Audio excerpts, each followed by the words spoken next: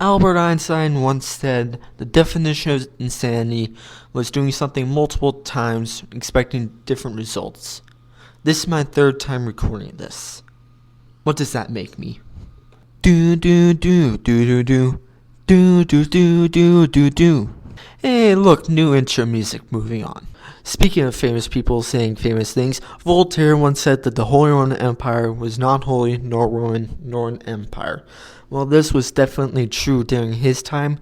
During the early days and glory days of the Holy Roman Empire, this is very questionable, especially depending on your definitions of Holy Roman and Empire. Actually, the empire part is not disputable. Anyways, moving on. So we're talking about the Holy Roman Empire and its beginnings. But to talk about that, we first have to start with the Franks. That means Charlemagne and his father before him. So where did the Franks originally come from? They, much like the other Germanics, came from around the Denmark area, as shown on this map. Starting in the first few centuries of the first millennium, the Germanics started moving out of this area into the southeast into a partial amount of the west.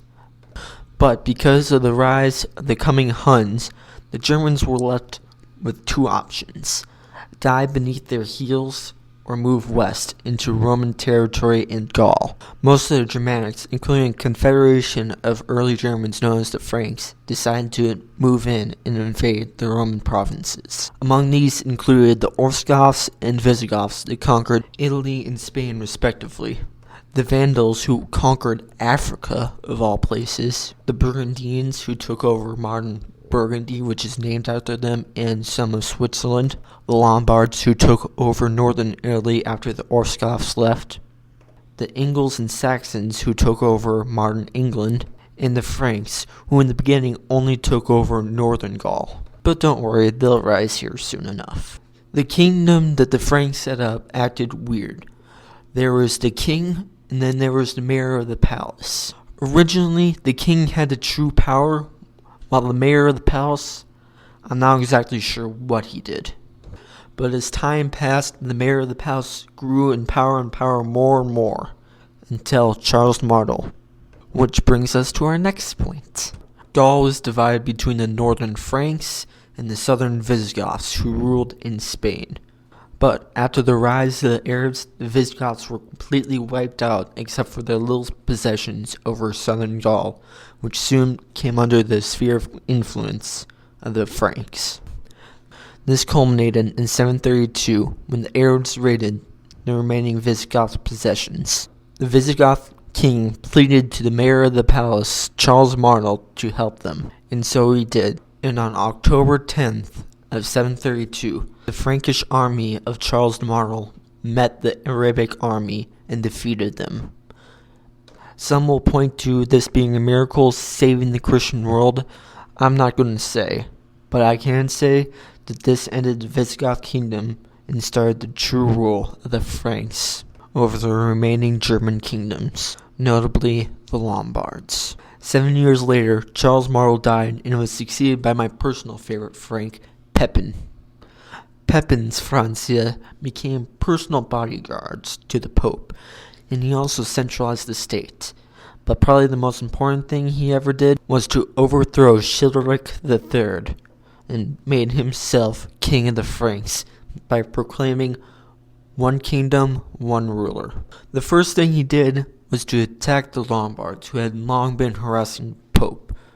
Again, securing the title, basically, of the Pope's bodyguard.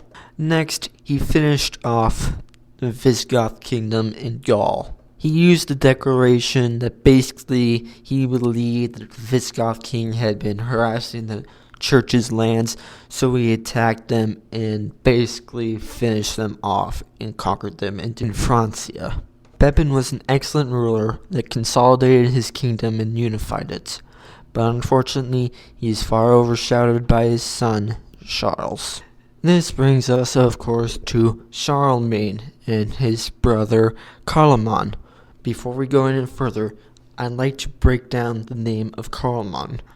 Karl means man in German, and man means man in German. So Carloman's name literally translates to manly man. Okay, let's move on. The two brothers often disputed who was the true ruler of Francia, but this dispute would be answered when Carloman died when he was pretty young, conveniently for Charlemagne. In fact, there has been some speculation that there might have been some assassinating involved. But nonetheless, Charlemagne inherited the entire kingdom, and he ruled very, very well. The first part of Charlemagne's rule saw war with the Lombards. We remember them for harassing the Pope, of course. And Charlemagne was able to defeat them in one foul swoop, and upon their defeat, he declared himself King of the Lombards. Now this is important because he was the first Germanic king to call himself king of two different people, King of the Franks and King of the Lombards, thus bringing us to the first step into the beginning of feudalism. The next part of Charlemagne's reign saw expansion into Saxony. Remember those guys that invaded England? Yeah, apparently there's some more on the continent.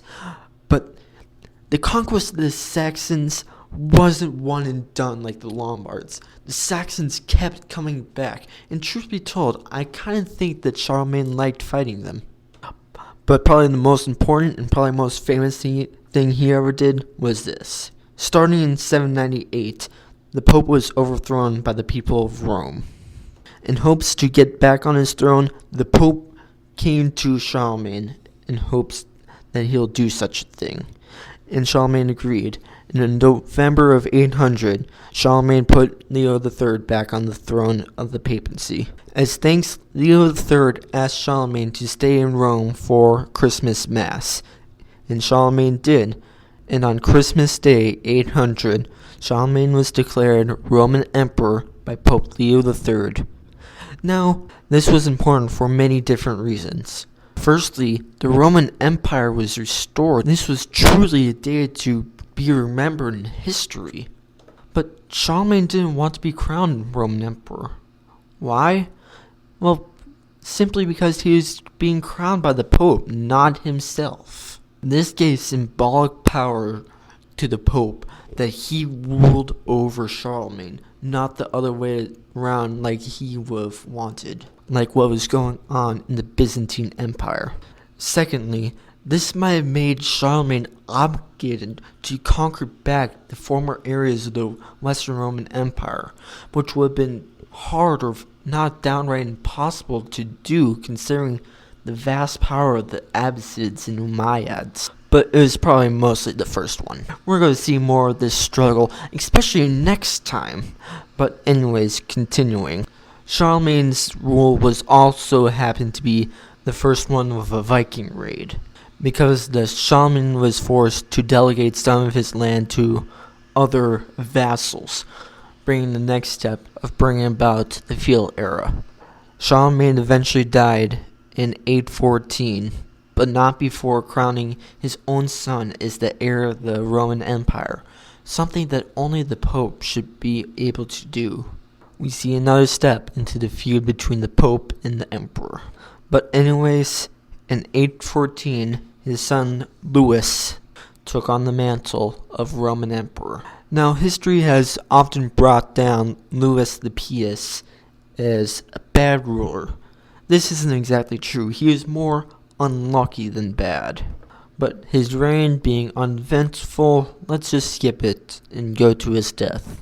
Upon Louis the Pious's death, his empire was divided into three parts, divided between his son Louis, Charles, and Lothar. Now, why did it divide? Personally, I blame the Habsburgs. If only Habsburgs weren't even around by this time. But maybe coincidentally, the same thing that brought about the rise of the Habsburgs also brought about the downfall of the Karlings. Salic law, German rules of succession. These laws called for an equal dividing of all lands between the sons of the previous ruler. Now, Oddly enough, these guys didn't even follow that, because one of the sons of Louis didn't get equal lands, Pepin of Aquitaine, who became a vassal of Louis II of West Francia, which eventually became France.